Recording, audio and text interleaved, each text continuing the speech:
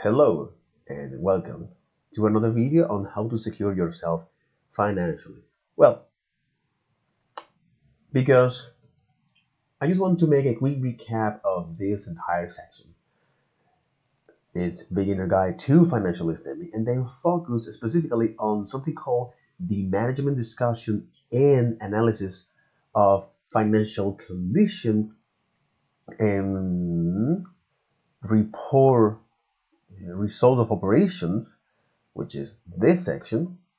Okay, I just want to focus my attention here in this video. However, before that, I just want to recap all of this. So, the sec that God mentioned that if you're able to read nutritional labels or to uh, read baseball box score, you can learn to read the basic part of financial statement, as well as if you know how to follow a recipe or apply for a loan, you can learn the basic of accounting. And the basic, they're not difficult. There are rocket science.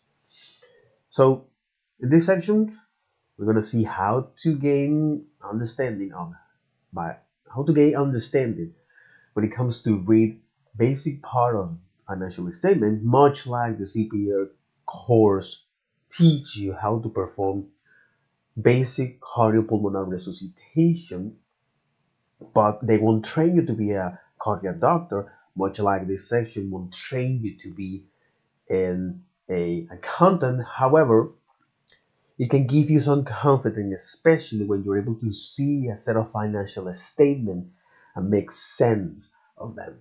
So the TLDR of this financial statement, they show you the money, and there are four types of that. Balance sheet that show all the, the company assets, liabilities, and shareholders' equity. So it is a snapshot of assets, things that a company owns that has value, whether it's tangible or intangible, liabilities, obligations that a company has, as well as shareholders' equity, which is the equity, is the leftover money that belongs to the owner of the company once the company decides to sell off all of its assets and pay off all of its liabilities. So that leftover money belongs to the shareholders. And generally, this use the formula of assets are equal to liabilities plus shareholders equity.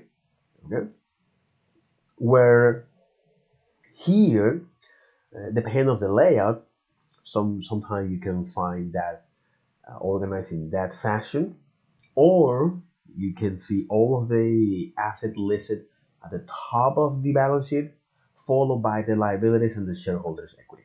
So generally, the assets are listed based on how quickly they can be converted into cash.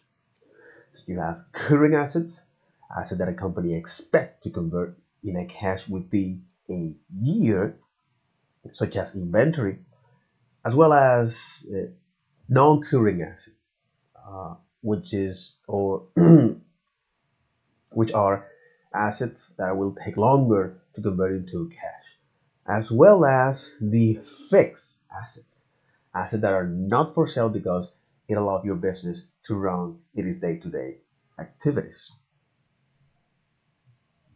The liabilities generally listed based on their due date. So you have current liabilities, obligations that a company have to pay within a year or less, as well as long-term liabilities. And the shareholders' equity that is the amount uh, owner invests in the company's stocks, plus or minus it is company earnings or losses since inception. Sometimes company redistributes their earnings and they call that dividends, right? So then I look at the income statement Okay, and to make a quick recap of the balance sheet is a snapshot of the company assets, liabilities, and shareholders' equity, whether it's quarterly or annually.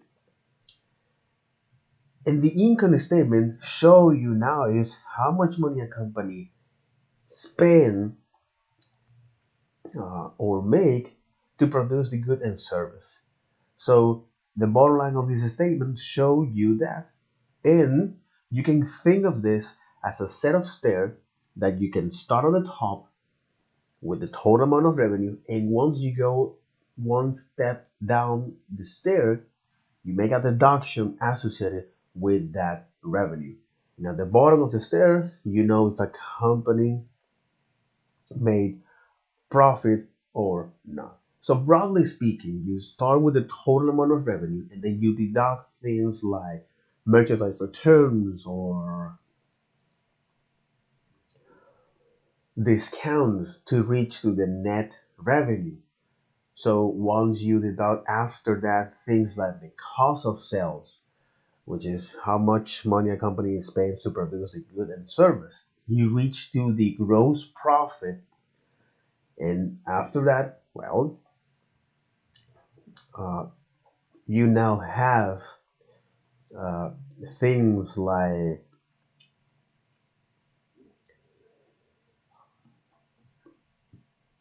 mm, yeah, then you have now things like operating expense, which unlike the cost of sale, these are expense that the business generate to maintain its day-to-day activities, such as administering salaries, marketing, or uh, research in new prototypes, or conducting research to improve existing prototypes. Once you deduct that, you reach to the operating profit before interest and income taxes. And interests are, broadly speaking, money that a company in, invests by taking loans or issuing uh, loans to other companies, of course, that impact the income statement.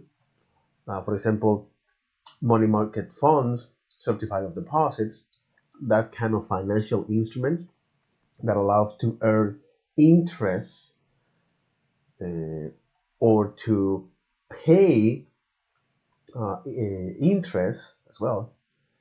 And then the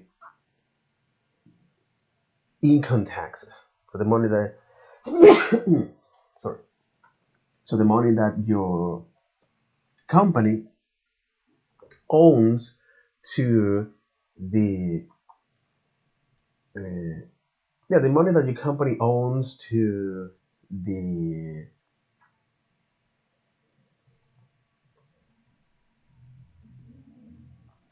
to the government, right? So this is the income, uh, the income taxes, right? And at the bottom line, you can see if the company actually made profit or not.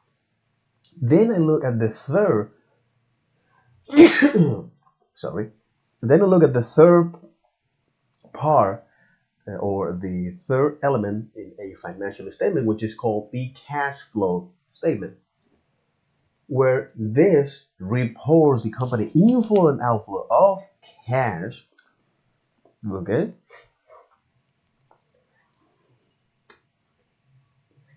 yes, you report the company inflow and outflow of cash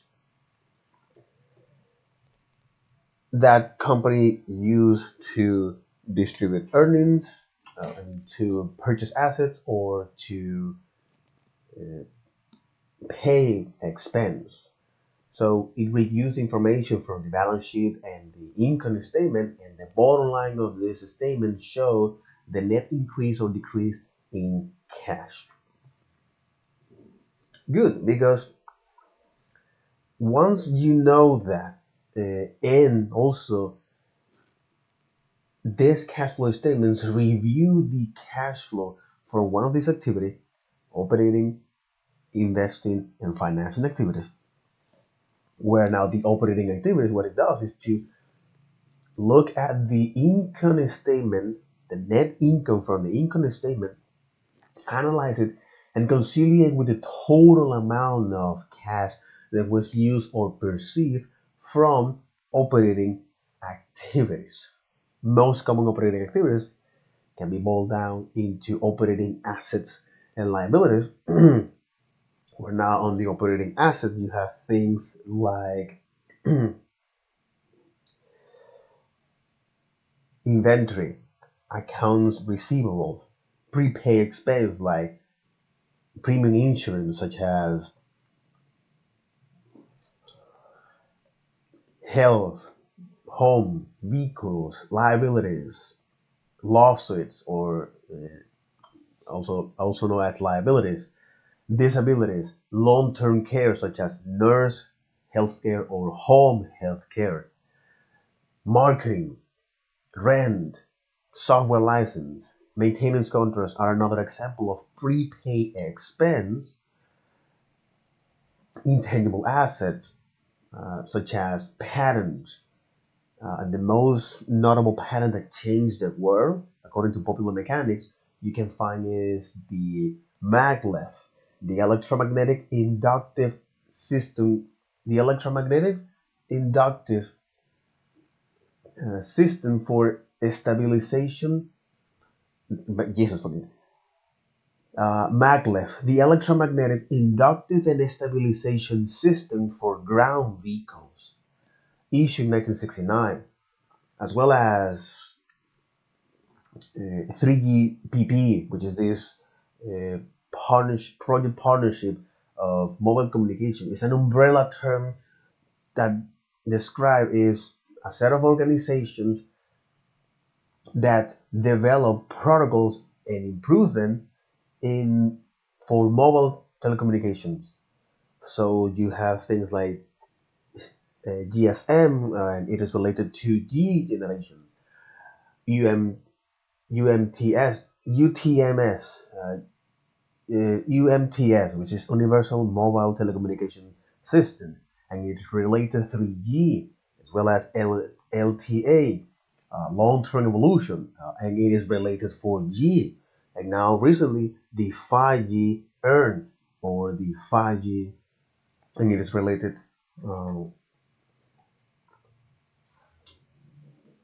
yeah, and it is related. Uh, yeah, and it is related. Um,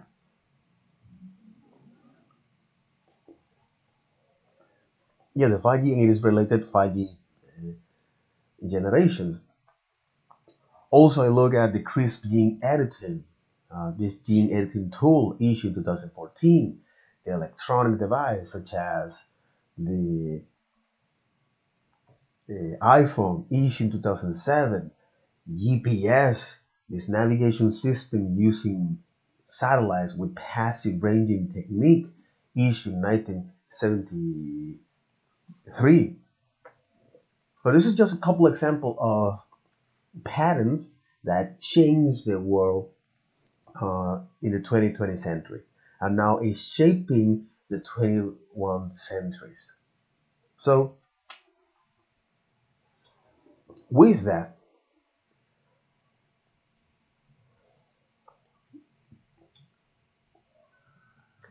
then I also look at when it comes to intangible assets, so trademark, copyright, trade secrets, goodwill, customer relationship as well,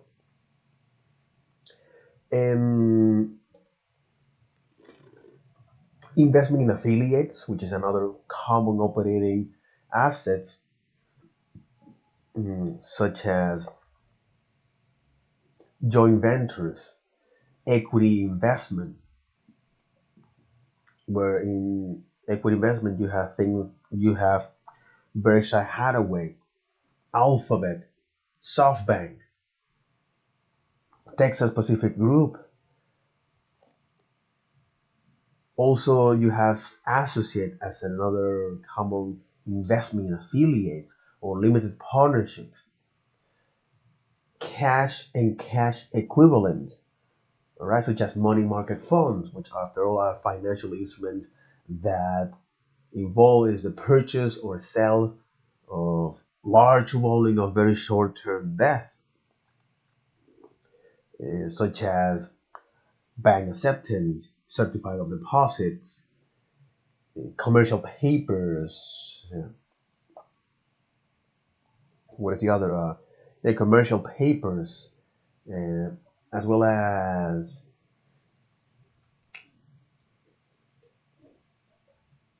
uh, commercial papers, and as well as uh, repo repurchase agreement. Also, the U.S. Treasury bills, right, or Treasury bills, which is short-term debt issued by governments. So that explaining is most common operating assets. And then I look at the operating liabilities, okay, where you have things like accounts payables, accrue expense such as salaries, rents, utility bills, uh, as well as uh, income taxes, deferred revenue, such as subscription service, which is an obligation to provide goods and service in the future, subscription service, gift cards, also the income taxes, that it can be corporate taxes, withholding taxes, which is a portion that your employee deduct from your gross salary and pays directly to the government. And this is to promote the tax as you earn, or pay, to promote the pay as you earn tax systems to fight back tax evasion. Okay. uh, Sell taxes like local, state, federal, foreign, as well as the sell taxes, such as VAT or GST, excise taxes, which is a tax imposed on certain good and service, gasoline, alcohol, tobacco. Other common operating liabilities, short-term borrowings from banks, issuing debt, corporate debt, or trade credit, outstanding invoice, payroll advance, notes payables for banks. So anytime you ask a loan for a bank to meet your financial needs, well, the banks generate this notes payable that outline all of this, uh, the principal, the interest, the repayment schedule, among other things. Or it can be to business, so you go directly to financial institutions such as venture capitalists or private firms. Or also notes, or trades payable when you renegotiate with your suppliers and vendors. Individuals, which you issue a notes payable, individual or small business. Also the warranty obligations, okay, obligations to provide, or obligations to fix or replace a defective product that doesn't meet certain quality standards,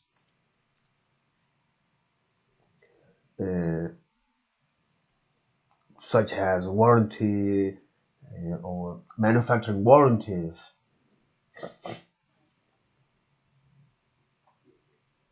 Manufacturing warranties, software, parts, recalls. So this also summarizes all of the most common assets and liabilities.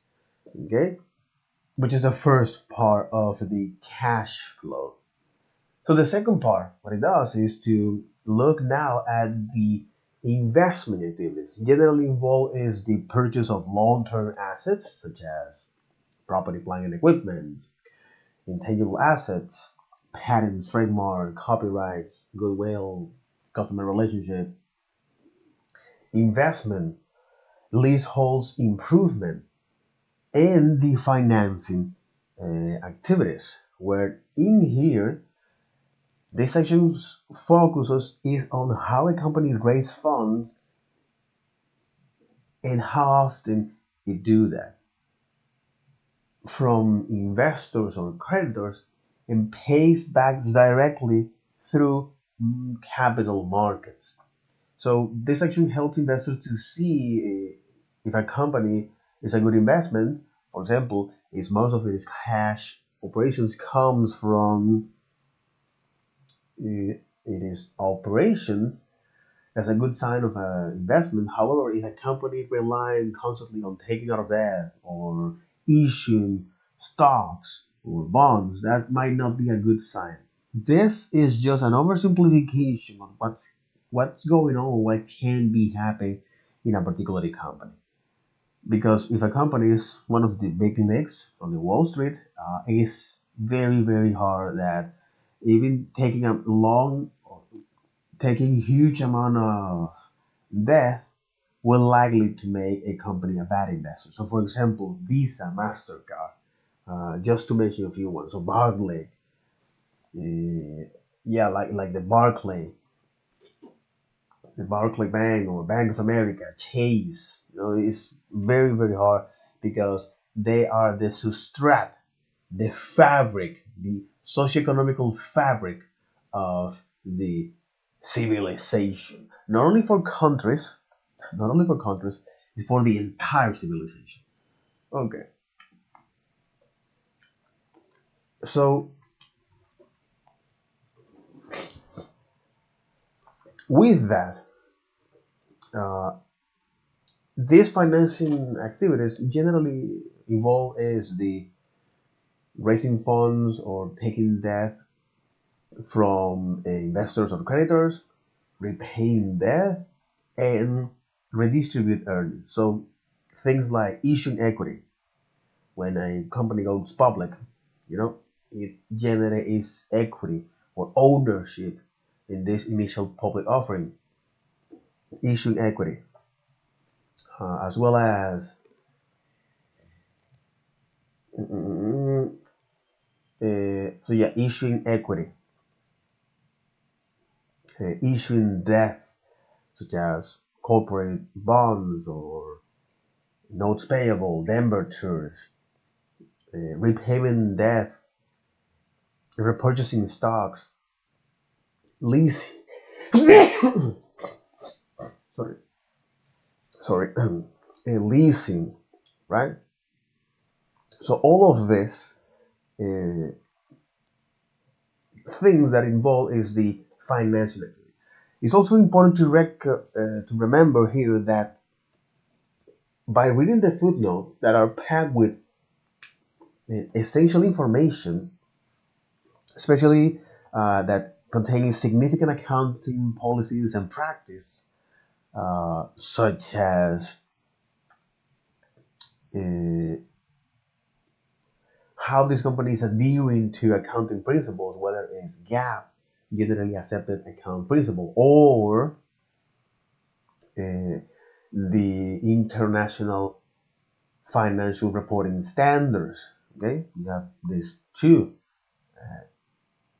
The income taxes in a more fine detail explain that the footnotes, as well as pension and post-retirement programs. So this section discuss in detail about the cost of those programs, of those or these post-employment programs, and how much the plans are over or underfunded, as well as stock option, where this stock option, or also known as the employee stock options, is an opportunity for employees to have ownership by betting on the company future success. So stock option after all is a financial instrument that allows the you or the owner the right but not the obligation to buy that asset at a given price and date. So you have two type of options, such as puts and calls, where now puts are bets that the stock will fall, and the calls a bet that the stock will rise. And these stock options are also known as equity derivatives, meaning that the underlying value of the stock options rely on that particular asset, whether it's an asset, a group of assets, or a benchmark, according to Investopedia. Okay, all right. So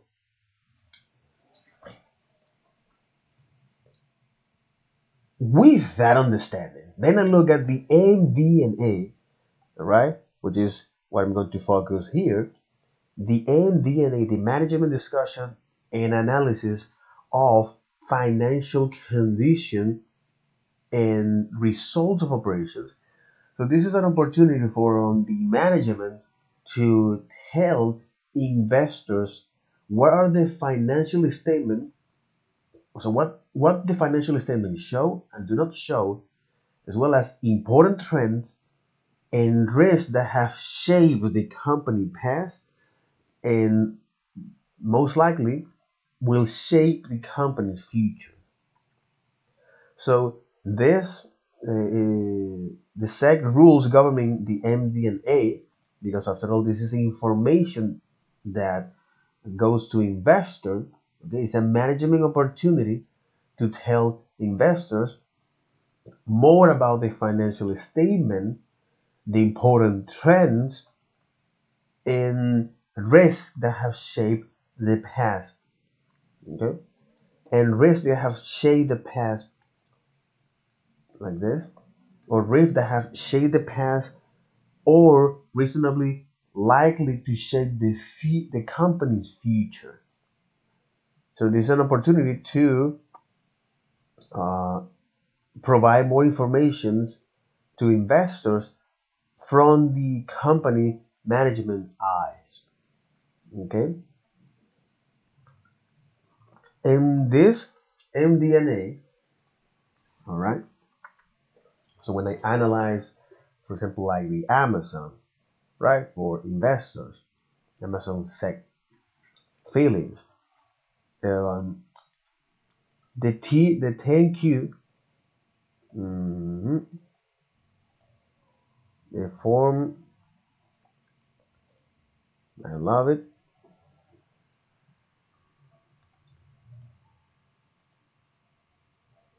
Okay, the 10Q, like this quarterly report. Okay, so the 10Q, the quarterly report actually tells that kind of information. So here you can see is the financial statement as well as the management discussion and analysis of financial condition. Notes to consolidate financial condition. This is the footnote. This is the footnote. But because we're interested in to look at this quantitative and qualitative disclosure about market risk and controlling procedures. So like this, so management discussion here. So this management discussion and analysis of financial conditions and result of operations talk about things like critical accounting estimate, the inventory, the income taxes. So we are subject to income taxes in the U.S., federal and state, and numerous foreign jurisdictions. Our effective tax rate could be affected by a number of factors, such as change in our business operation, acquisition, investment, entry into new business and geographic, intercompany transaction, The relative amount of our foreign earning, exactly. The relative amount of our foreign earnings, including earning being lower than anticipated in jurisdictions where we have lower statutory rates and higher than anticipated in jurisdictions where we have higher statutory rates.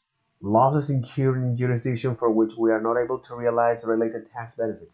The applicability of special tax regime, changes in foreign exchange rates, stock price, uh, change in our stock price, change to our forecast of income, and loss on the mix of jurisdiction in which they relate, changing or deferred tax assets and liabilities and their valuation, changing the law, regulation, administrative practice, principles, and interpretation related to taxes, including change to the global tax framework, Jesus, including change to the global tax framework, competition, and other law and accounting rule in various jurisdictions. In addition, a number of countries have enacted or are actively purs- pursuing changes to their tax law applicable to corporate multinational. Oh my god. Okay. This is a very fun review, or not that fun if you are a business owner, because now you have to deal with all of these gigantic amount of factors. Okay,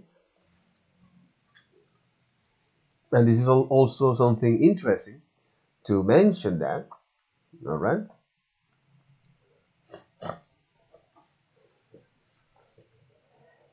yeah, this is something very interesting to mention.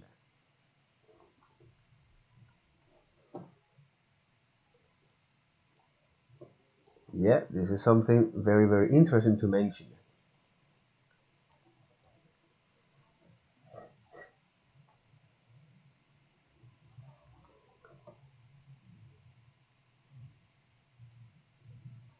Hey, wait, what? No, it's actually this.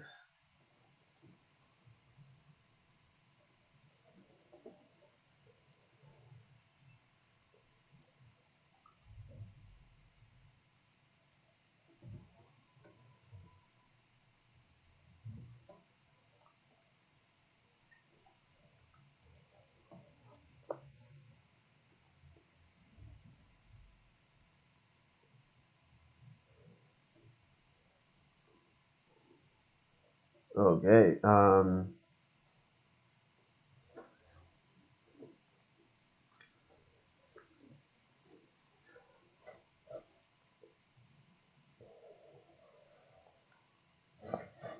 okay. So, this is something very interesting because this is where they describe here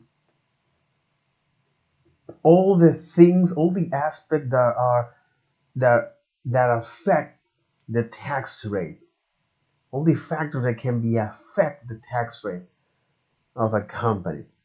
Change in business operations, acquisition, investment, entry into new business and geographies, intercompany transaction, the relative amount of foreign earnings, including earning being lower than anticipated in jurisdiction where we have lower statutory rates and higher than anticipated in jurisdiction where we have higher statutory rates. Loss incurred in jurisdiction, losses incurred in jurisdiction for which we are not able to realize related tax benefits. Like this. So losses incurred in jurisdiction for which we are not able to realize related tax benefits, the applicability of a special tax regime, mhm, change in foreign exchange rate. That's right. So the applicability of special tax regimes, change in foreign exchange rate, change in our stock price, change to our forecast of income and loss, and mix of jurisdiction to which they relate, changing our deferred tax assets and liabilities, and their valuation, change in the law, regulations, administrative practice, principles, and interpretations related to the tax, including change to the global tax framework, competition, and other laws and accounting rules in various jurisdictions. In addition, a number of countries have enacted or are actively pursuing changes to their tax law applicable to corporate multinationals. Jesus. We're also currently subject to taxes to controversies in various jurisdictions, and this jurisdiction may assess additional income tax liability against us. Developing in an audit, investigation, and other tax controversy could have a material effect on our operating result of cash flow in the period or periods for which that development occurred, as well as for prior and subsequent periods. We regularly assess the likelihood of an adverse outcome resulting from this proceeding to determine the adequacy of our tax accruals. Also, we believe our tax estimates are reasonable. The final outcome of audit, investigation, and any other tax controversy could be materially different from our historical income tax provision and accruals. So cash provided by operating activities in 2022, in 2023, and this is they now compare that 12-month ended and 12-month ended, 3-month ended. Okay. Investing activities. Jesus fucking Christ. Cash flow from investing activities. Holy hell. The vast majority of it is cash come from this. Investing activities. Financing activities. Our principal source of liquidity are cash flow generated from operations and our cash and cash equivalents. Our principal source of liquidity are cash flow generated from operations and our cash and cash equivalents, a marketable security balance, which at fair value were 70 billion and 64.4 billion as of December 31, 22 and March 31, 2023. Amounts held in foreign currency were 18.3 billion and 13.3 billion as of December. Cash provided by use operating activities was 2.8 million and 4.8 billion in the quarter in 22 and the first quarter of 2022 and 23. 2022-2023. Our operation cash flow results primarily from cash received from our consumers, sellers, developers, enterprise, and content creator customer. Advertising offset by cash payment we make for product and service, employee compensation, payment processor, and related transaction costs. Jesus. Okay. So in any case, that'll be all for this video. Take care. Bye bye.